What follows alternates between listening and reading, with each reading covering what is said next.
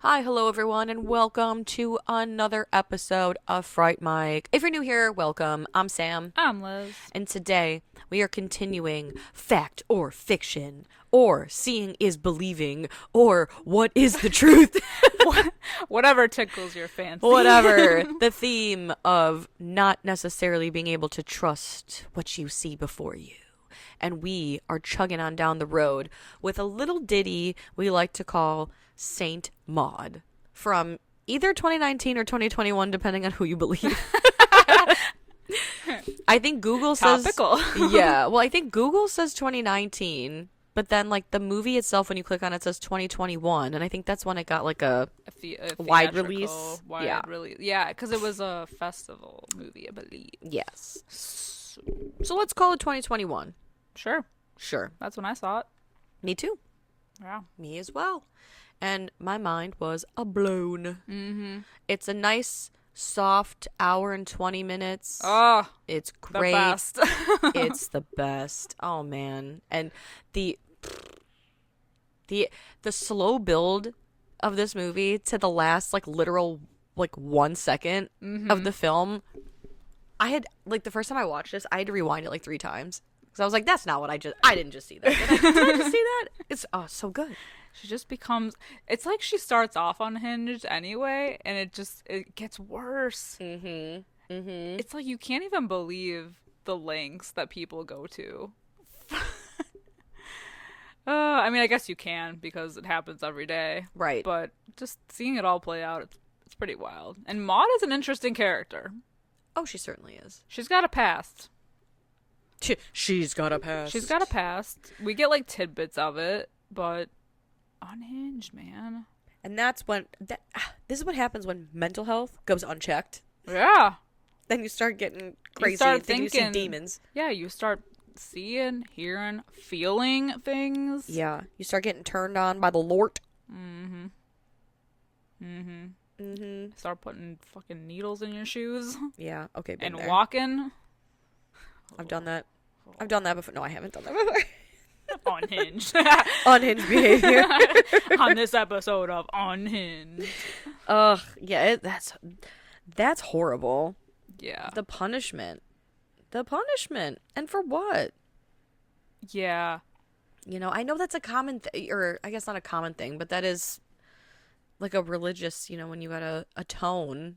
Well, I think this movie's interesting because there's so many like religious horror movies, and a lot of them have to do with like possession and like demons and everything. And this focuses on like a person who's unwell. Yes. And like that surrounds like the religious aspect. And I mean there is that like aspect of possession in it, but it's just mostly about her as a religious person. And how crazy she becomes. Or is really. Starts out and just yeah. And it's interesting to see the world through her eyes. Mm-hmm. Like she is the narrator, and because she is struggling with mental health, what we see on the screen isn't always what we're actually seeing, which is evidenced by the last frame of the film. Yeah. And it's really it spells out the horrors of being, I think, overtly religious. I was gonna say the horrors of belief. Well, because it's like we get her perspective on things, but we are also people who are looking in. Like everybody else in this movie has to listen to her, and they're like, okay, and like the person that she's caring for seemingly is like, you know what, I'm dying, I believe you. So you're like thinking, okay, well maybe she has like good intentions, like she wants a friend, she's looking for comfort in like her last whatever months remaining, whatever time she has left. And then when you find out it's not that way, you're like, oh god, oh fuck, this isn't gonna end well for anybody. And it's super awkward for everyone. It is. It's so bad. Yeah. Wow. I know.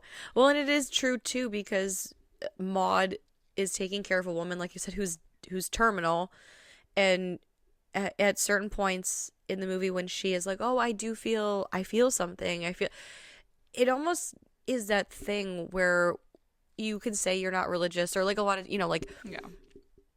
just speaking, I guess, from my own experiences, I'm not a religious person, and I don't practice really any religion. I did grow up Catholic, but I'm not practicing. But in certain times of need, especially when things are like really dark, I do still find myself being like almost like praying. Remember me. Yeah, exactly. Like, Me God, from before.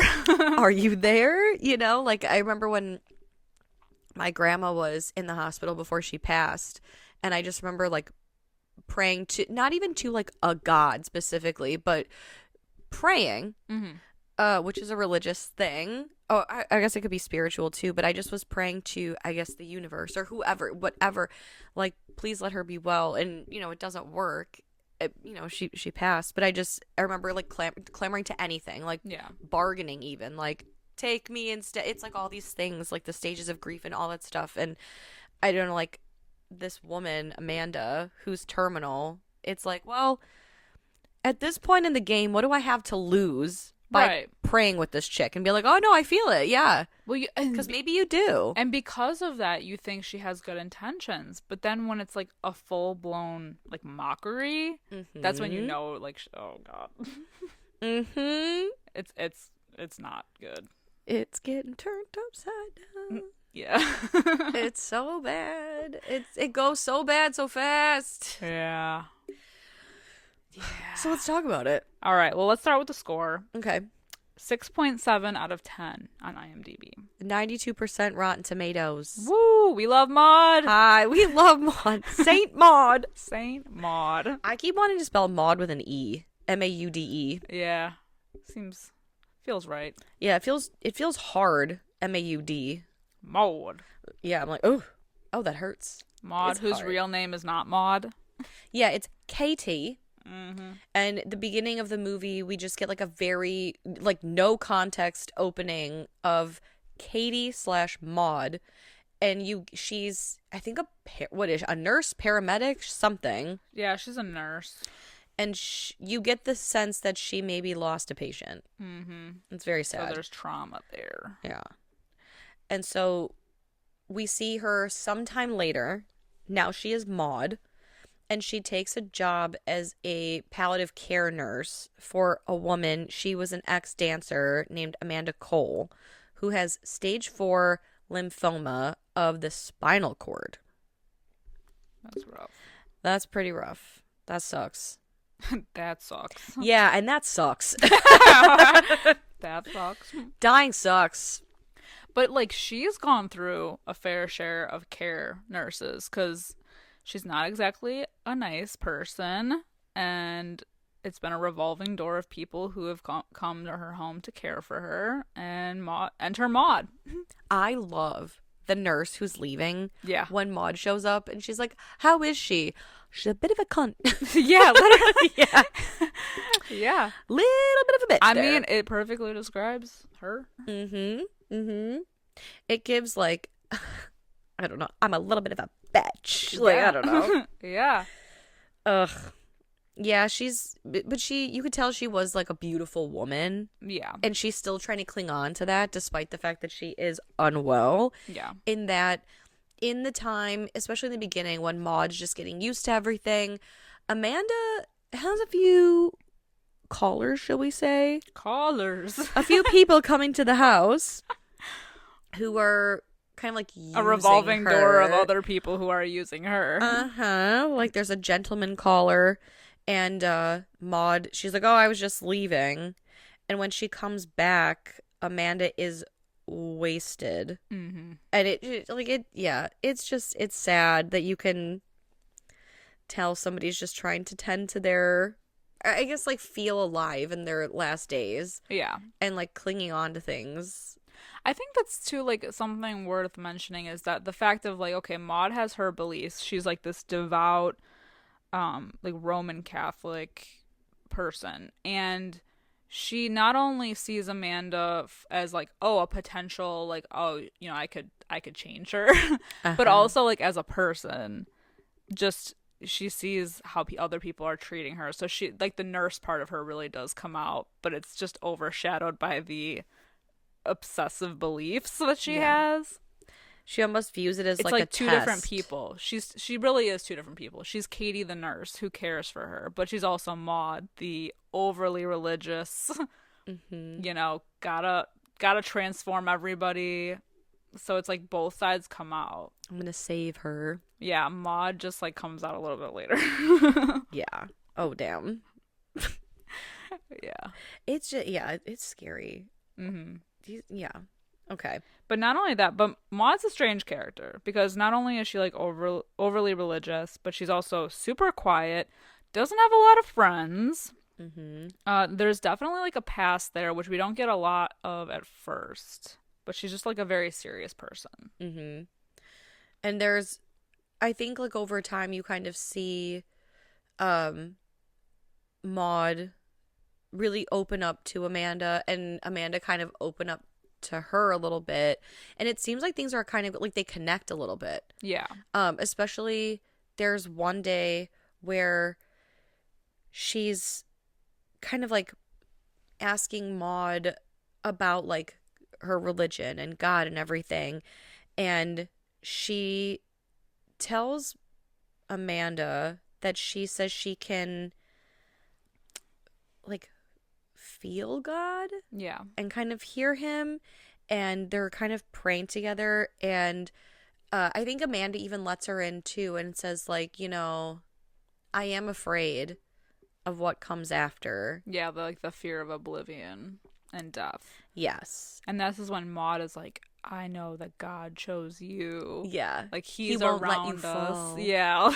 Yeah. And so like you really do think like, oh, there is like faith can be healing in a lot of ways. Like faith in something can be good for certain people. Like I said, especially in like a time of need. Yeah. Nothing is proven, but there is something sort of comforting in believing like, it can't, maybe there is something more. Yeah. There has to be something more, and I think it's nice to see them bond over it at first. But unfortunately it is the thing that unbinds them as well.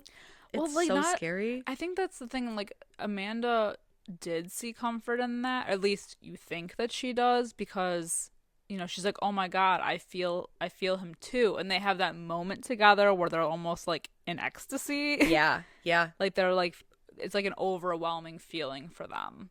Like, oh my gosh, she's determined. Like she knows that God is there. And then Amanda's like, you think that Amanda's like, oh yeah, like I feel it too. And they have that moment together. And I think like shortly, like it's right around here too, where we kind of see Maud in this like religious ecstasy, and it almost seems like there's a spirit that's guiding her, like when she's like going up the stairs and she's like really like feeling herself, literally like touching herself, like just like running her hands like over her body, and she kind of looks like she is in like a state of ecstasy and overcome with something. And so I think this is one of the times in the movie where you're like, oh, maybe she is like gifted in a way, or maybe there is some sort of guiding presence with Maud, and this is all meant to happen. But then we get introduced to oh my God, it's Carol, Amanda's friend Carol, who she's a super sexy fun friend. Yeah, it is what it is. She's a suitor. And it's really, Maud sees Carol as somebody who is making Amanda stray from the path. Like bringing her into this like world of sin instead of in God's light, should we say. Yeah. And she even tells Carol, I think the next morning, she like waits for her. Yeah. And it's like, oh, are you on your way out? I just want to let you know that I think you are disgusting. And I want you to stop seeing Amanda. Yeah. You are a sinner, and you are going to hell because you are a lesbian whore. Like, and also, don't tell Amanda I told you any of this. Right. And she's like, yeah, that's fine.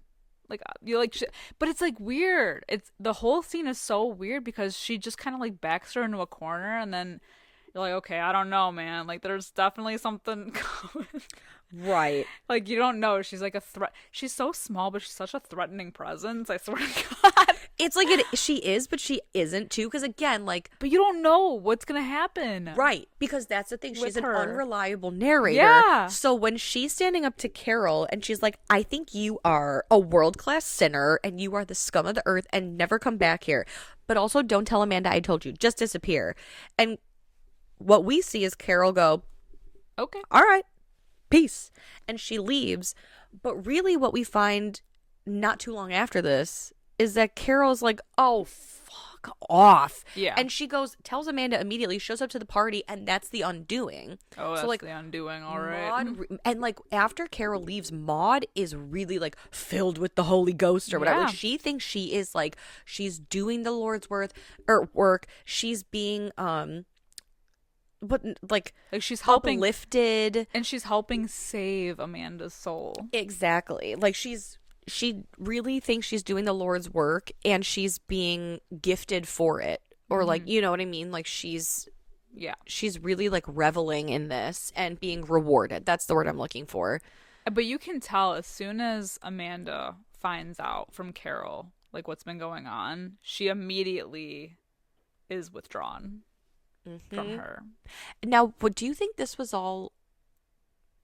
I guess maybe not. It was all like a plan, but it's interesting because Amanda does seem withdrawn for a few days and she doesn't take any phone calls and she doesn't have anyone come to visit. And Maud's like, bingo, I won. Yeah. It is what it is. It is what it is, sluts. I got this. I'm saving this girl.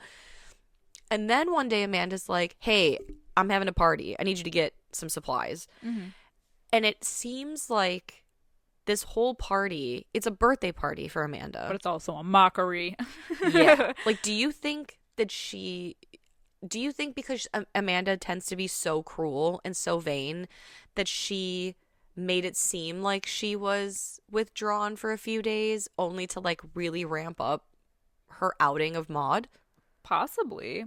I don't know. Because she almost seemed like she was like getting drunk at the party. And she's like extra nasty when she's drunk. So like it could have been it's almost like she definitely pities Maud. And she says this a couple of times in the movie. Like she's like, you're so pretty, but like what are you doing here? Like why don't you have any friends? Like she is like, what are you doing? Well, she even gives her that book too. Yeah. You know, and she puts like my Saint Maud, like my savior. Right. Maud, my savior. But that being said, I don't think that she has enough pity for her that she would be like not planning something. You know what I mean? Like I think there was definitely something there, but she was just waiting to unleash it and embarrass her in front of a lot of people. Yeah. But the reaction that she got out of her was probably not expected. Terrible. Oh my God, terrible. I can't say that I've ever been in a position where I have been so publicly shamed and embarrassed like that. But I have been embarrassed just in life enough to know that an embarrassment on this scale is it's horrible. I can't even imagine what that feels like, that shame. That shame. And it rattles something in her because like you said, Amanda is so drunk and Carol shows up. I love it. And Carol shows up in like the nastiest dress. Yep. Like a freakum dress. Yeah, like she looks so good. It's a staged mockery. And, you know, like Amanda calls her out on shit. And, you know, she's like, my savior, Maud.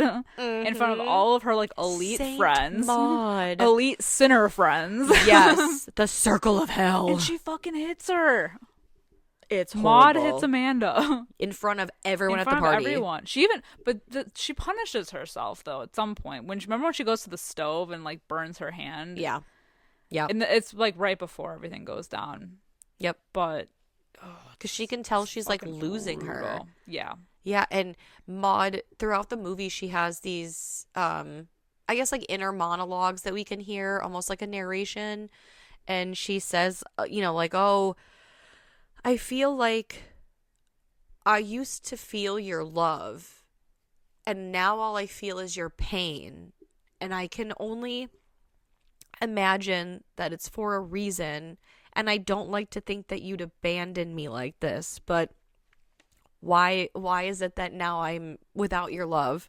Yeah. And she truly thinks that whatever euphoric feeling she was feeling before, it's gone now. God's mad at her for something. Yeah. So now she just feels rejected.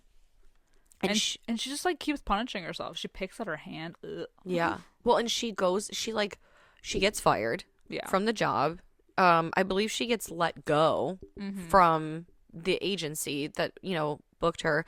And so she's staying in this, I don't even know what you'd call it. Like an underground, like basement apartment that looks like a prison cell. It's horrible. It's like a one room, like studio Something. shithole. Yeah, like literally like a shithole. I don't even know. And she has this old coworker, Joy, who reaches out to her like a couple times in the movie. She like runs into her at some point, and she mentions like, oh, I'm surprised that you're still nursing after the incident. Mm-hmm. Hinting to something that happened in Maud's past. She also says things that that hint at some sort of mental health situation, because she says, like, oh, I'm surprised that you're still nursing after, what happened. And then she goes on to say, we do kind of blame ourselves for what happened to you. We should have known. We were seeing some signs of things. Mm-hmm. So we are partially to blame for what happened. Like basically insinuating that, oh, we saw your mental health was on a decline and we should have stopped you from doing something that could further drive you into like whatever it is, a depression or an episode or whatever. Well, even more is revealed after. So she gets fired. She's like bummed out because she's like, oh, God rejects me. So she goes out for like a night out, and she goes to this bar, and there's someone that approaches her who's like, oh, like basically says like, you used to come here all the time, like almost insinuating that she used to be like a party girl. Mm-hmm. And so like we're like, okay, well, what happened there? Mm-hmm. Like she used to get down and dirty, but now she's just. Well, that's the thing. She had like a whole, as Katie, she had a past. She had a whole nother life, right? Well, and I don't know if that's why, like, oh, I guess maybe the way like prisoners, mm-hmm. How they suddenly become religious, yeah, and like atone, right? Maybe she feels like she must atone for her past, and now she's super like pious. But now she's just rebelling. Yeah, because she dresses all provocative, and she just tries to like pick up guys. It's like the most painful scene though. It's like so for like social awkwardness. She tries to go out and like pick up guys. She tries to be part of like different groups of people that she sees that are like having a good time, and it's just like not happening. That scene where she's laughing next to the so group, that's awkward. Oh God, I hate it. It's like going to a party alone. Like I've been that person where you're like standing next to a group and you're like ha, just so you don't feel like you're like the odd person out. Yes, it's so horribly awkward. Yeah. And then she flirts with a younger guy who's like I guess like objectively attractive, I would say. And then she gives him a handy Andy. Yeah, so random. So aggressive, yeah. Then she just like leaves him. The guy and his friend leave the bar right after. Yeah. How fucking awkward. Oh my, she goes back to the table. That's because I know why he leaves early. Oh, I know why he leaves. I just think it's hysterical that she, with her hand job arm, goes back to the, I don't know. Her hand job arm. Goes back to the bar. I know. It doesn't even like go to the bathroom. Throws her hands. Throws it in the bar peanuts. Yeah, exactly. The dick hand. The dick hand. enjoy the podcast, like what you hear, and you want to hear more, well, you're in luck. We have a Patreon. That's right. If you don't know, we talk about new movies on our Patreon. We do monthly rewinds so that way you can find out what we are watching between our main episodes. Sometimes we craft spooky cocktails to match our theme of the month, and watch parties galore. So much fun over there. Head over to patreon.com/Fright Mic podcast to check that out. Again, if you want to hang out with us a little bit more, then support us over on patreon.com/Fright Mic podcast. And we'll love you forever. Okay, bye.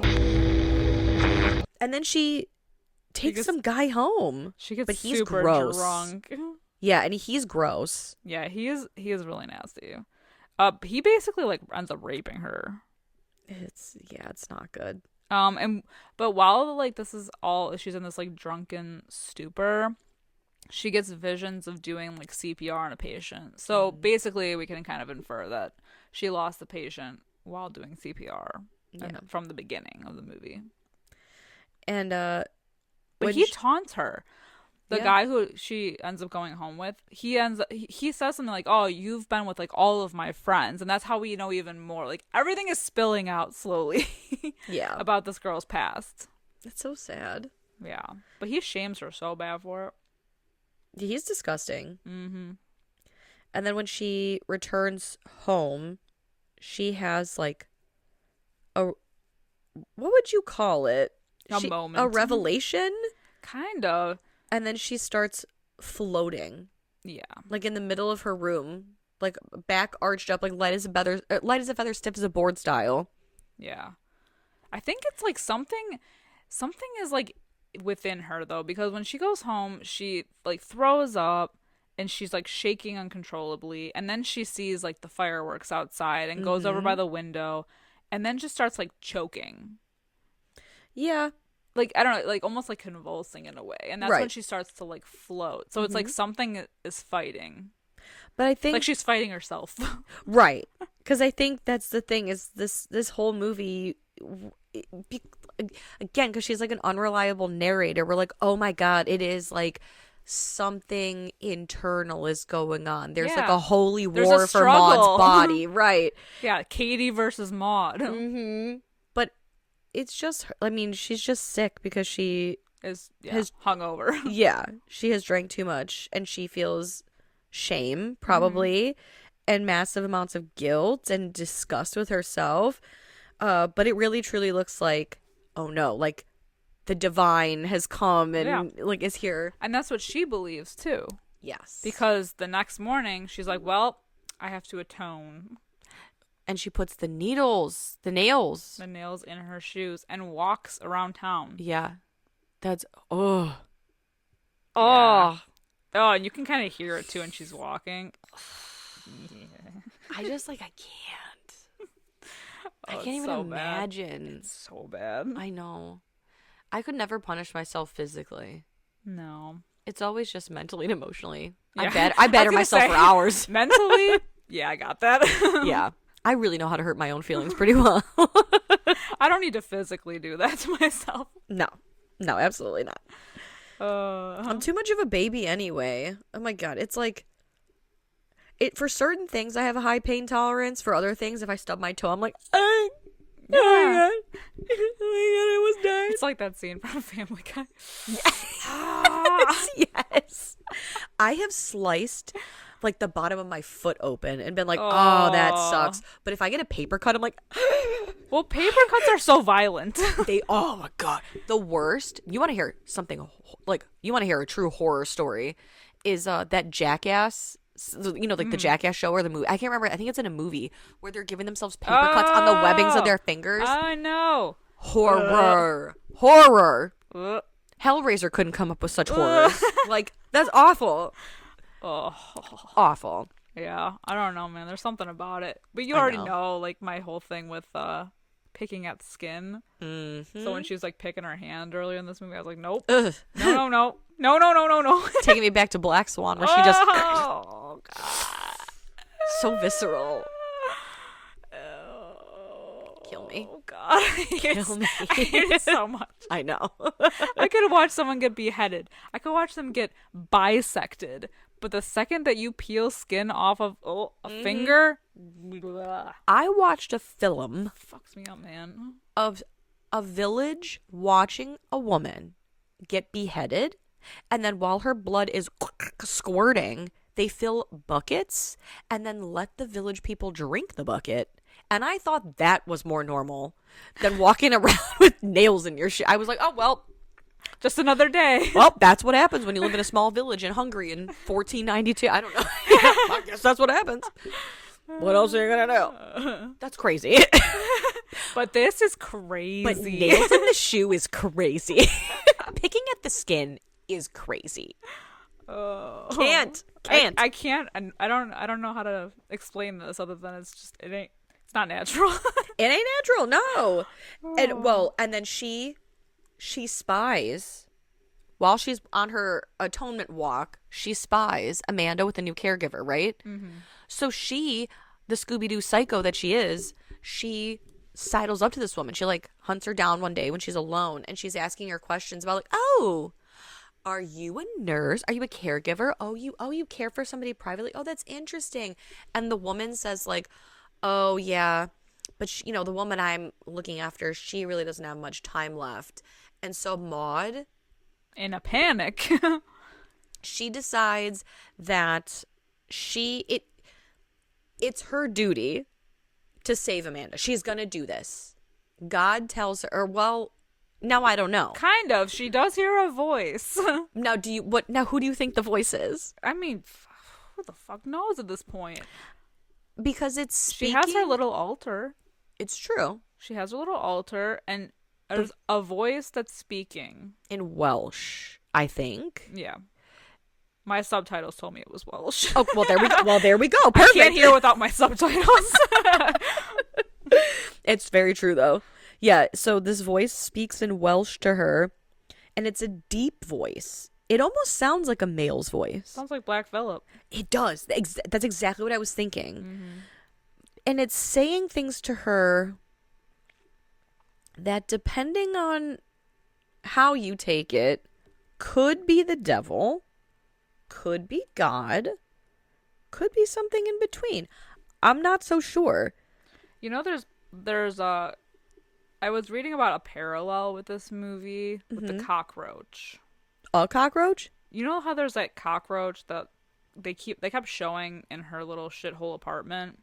Oh, okay. It was like on the ceiling at one point, and then that's when she goes over by the altar because it like scurries under the altar. There were some parallels with Black Phillip and the witch and this cockroach and the demon in this movie. I mean, I don't know both A24, but that's interesting. They like their animal demons. I thought you were going to go more the Men in Black route and say that this is maybe. Edgar. The Edgar suit?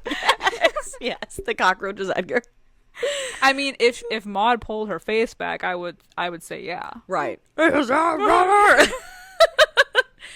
that's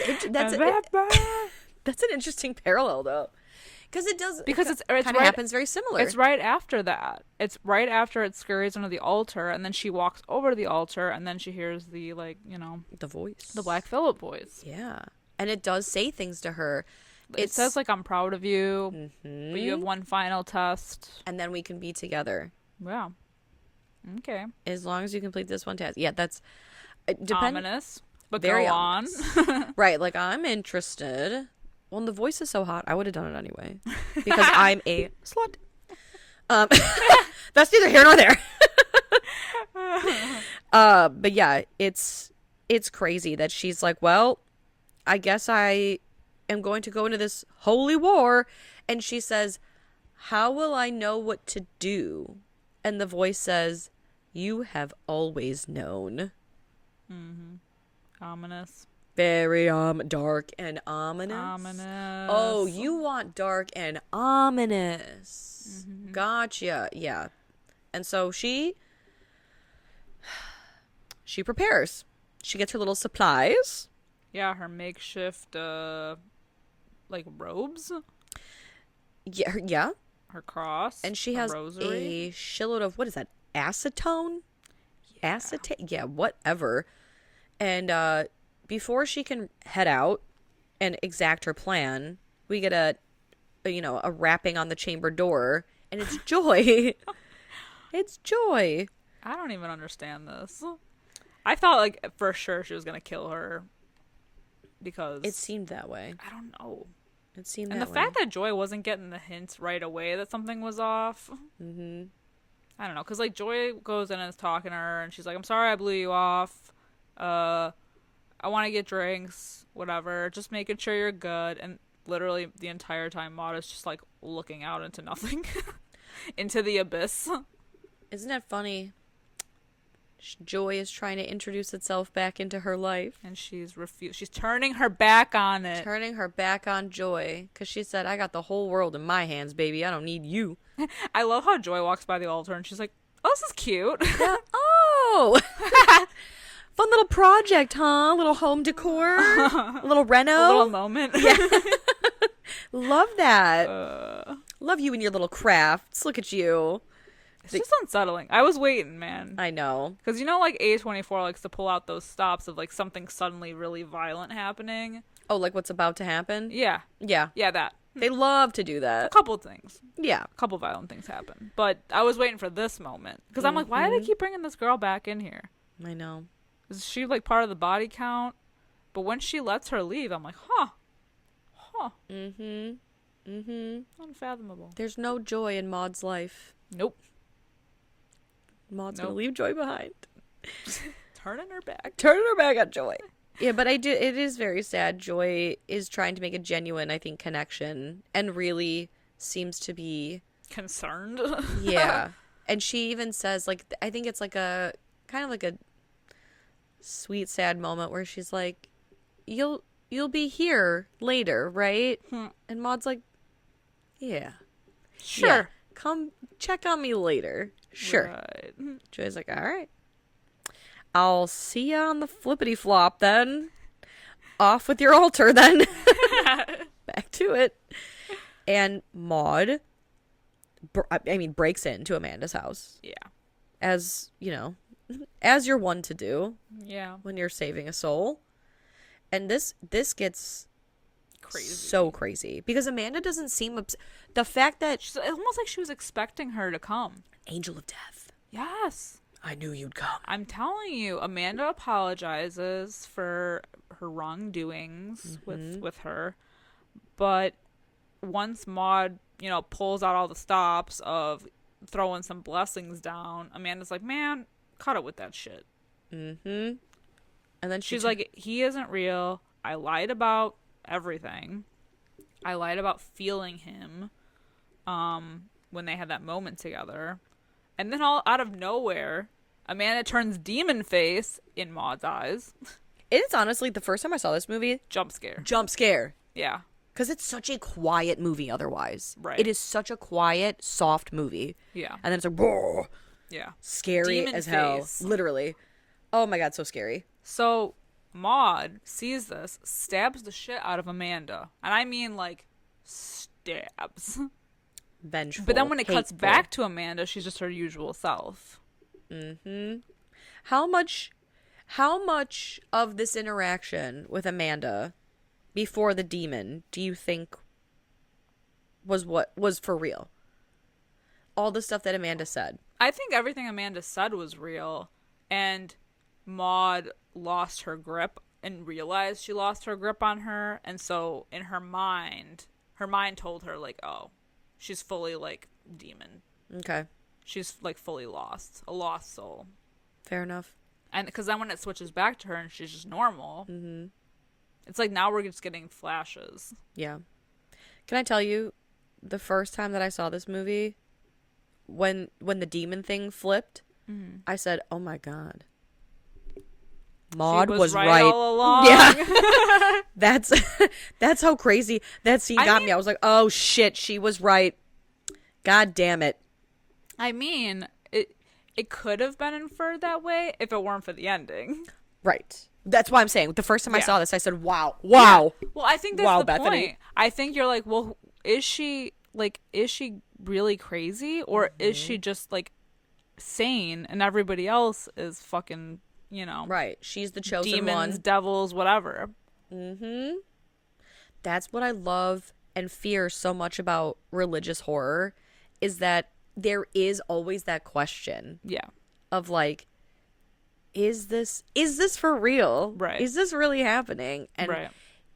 the trying to get someone to believe you. That's why, like, religious horror, exorcisms, possessions, things like that. It's so hard to convince someone to believe you. Yeah. And then it's not just something going on mentally. It's terrifying. It is. It's, yeah. I don't think there's any worse feeling than like, I don't know, like, yeah, like that feeling, like you said, of no one believing you when you've experienced something. And no matter how hard you try to convince other people and they don't listen, like, it's frustrating and devastating. Yeah. And this movie does a lot of up and downs with that. We think that, oh, she's created this bond with Amanda, and oh, they're, the bond is great, and she's really like getting through to Amanda that, she doesn't have to fear death, and that God is like with her or whatever. And then when it flips, and then you think, Maud's like down in this dark place again, and then she has this revelation. So then you think, okay, well, maybe it's good. And then she makes amends with Amanda, and then out of nowhere, it's back down again. And now we're like, what the fuck? Well, who's right? I know. What the hell's going on? I know. And it's so freaky that even when you are trying to convince other people that you are overtaken with the spirit, or you're possessed by a spirit or something, there is always going to be someone fighting you and saying, no, it's not. And then you have to question your own sanity. That's the other scary part of it, is, again, with Maud being the, like, this unreliable narrator who we're seeing the story through. It's sad enough that she's trying to convince people that she has this gift, that she can save people, that let me save your soul, and I have this direct line to God. But on the other hand, it's scary too to think that, well, someone's going to push back and say, like Joy saying, like, oh, we knew we saw your mental health declining. So then when you bring in like the mental health thing, it's like, well, am I possessed or am I mentally unwell? But I feel like not like myself. I feel like a dysphoria. But is that because there's something mentally wrong with me, or because I am being displaced? Like, the whole thing, it's just so scary. And that's the point. Because she's unreliable, we don't know, because we're getting her perspective. We're also seeing other people's perspective of her. But when you flash a demon in my face, what am I to believe? I'm like, what is this? Yes. And so after she kills Amanda, then she goes for a little stroll along the beach. Well, she goes back home, and remember, she has those like wings. Oh, I did forget about that. Wings. Yes, I forgot all about the wings. She goes back home, and it's like the next morning, and she like sits up, and there's like a flash of light, and it looks like an outline of wings. So I don't know what that's about. Well, I think in her mind, it's that she's done the job. She's done it. Yeah. Yeah. The voice. She also sees that like vortex up in the sky. It looks almost like a funnel cloud that hasn't like fully formed the funnel part yet. It's just like swirling, a swirling eye. Yeah. So I think that's to signify like, oh, she did it. She's done. Yeah. She's done, and now she gets to go home. She's being called back home, and she then leaves. Yeah, to go to the beach. She's got a bag of, what is that, like? Again, I don't know, it's like acetone, or it's some highly flammable liquid. Okay. Large amounts of it. Large, hefty amounts. Costco-sized amounts. And it's crazy because here we see her walking, and she's got, it seems like a dazed look. Or at least maybe like a relaxed look, I suppose. And while she's walking, we kind of see shots just like on the peripheral or whatever, and they're kind of like, like out of focus a bit, but people are staring at her. Yeah. And again, the first time I watched this, I was like, oh, they can sense that she's chosen or something. And they're watching her, and she walks to the beach, and now a crowd has gathered, but you can hear the crowd saying like, oh, don't do it, no, like it's more like panicked. Yeah. So it's not a good thing. But in her reality, it's people that are like kneeling down to her like she's like a saint. Saint Maud. And then she douses herself with the liquid and sets herself on fire. But again, in her mind, she's like an angel on fire. Yes. Ascending. She looks holy. She looks divine. She looks well. Shall we say, like holy. Yeah. And but then we get that like half of a second clip of like a reality and she's just burning alive. And screaming. And so there we go. And so she just lit herself on fire in front of everyone. That answers our question. Yeah. She is nuttier than a fruitcake. Yeah, I wasn't expecting the ending. Me, that ending jump scared the shit out of me as well. Yeah. I went flying. That's crazy. And that's when I knew that I was wrong. I had been wrong all the time. From Amanda all the way down, I was just so wrong. I was like, wow. Yeah. She really is. She really is Saint Maud. It's a wild ride. It's exhausting. Now, let me tell you, too. Let me know if you felt the same way. The first time I saw this movie, it felt long. Not in a negative way, but it just felt long in that once we got to the ending, everything happened kind of like so fast that I was like, I got like whiplash. Yeah. This time when I watched it, it moved very quickly, but I think because I knew what to expect. I get that. I think just because of the up and downs of this movie, the first time you see it, it does feel like you're like, okay, well, where is it gonna go from here? Especially after she gets fired, you're like, okay. Mm-hmm. And then I do remember the first time I saw it and it ended, and I thought it did end abruptly, so I was like, oh, huh, yeah, what the hell? Yeah, like I liked it, but I was still like, okay, yeah, huh. And then after watching it again after that and knowing what was going to go down, I was like, oh, okay. It is. I think this movie is so much better upon second watch. Yeah. Because I thought the movie was really good the first time I watched it, but watching it again, I'm like, it hits, man. It's so good. And you notice a little bit more things. Yeah. It's just, she just, the actress that plays Katie / Maud is just so good. Mm-hmm. I mean, everybody is good in it, but I don't know. It's like, because oftentimes it's like, it's hard to like know. Sometimes it's hard to follow an unreliable narrator, and she just does it so well. You don't know what the hell is going on. Absolutely. Is she who she says she is? Is she full of shit? I don't know. And it's like, it's almost like a gotcha moment at the end. Mm-hmm. Really, because you see a demon, you're like, okay, well, maybe she's not crazy. Maybe she really is a saint and she's saving people's souls and there's fucking demons everywhere. Right. Until literally the half second of this movie. So good. So freaking good. It's exhausting. I know. Well, I hope you're not too exhausted to rate this movie. What would you rate this movie out of 5 if you had to? Out of 5. I'm going to give it a 3.5 out of 5. Okay. I'm going to go 4 out of 5. Hell yeah. Really enjoyed. Go for Maud. Love the short runtime. Love the way it's shot. Love the colors. This is an emerald fennel picture. Hell yeah. Is it? No. Rose glass. Rose glass. That's right. Thank you. Same thing. Same person. You knew what I meant. Rose glass, emerald fennel. Same person. Same person. Sure. If you really think about it. Yeah, I really like Maud. Yeah. I mean, I like the movie. Yeah, right. I love Saint Maud. She's unhinged as fuck. And she is. She made me forget the director. I know. I'm like, oh, and hello. Love that one. Yeah. So good. So happy we got to cover this. Yeah.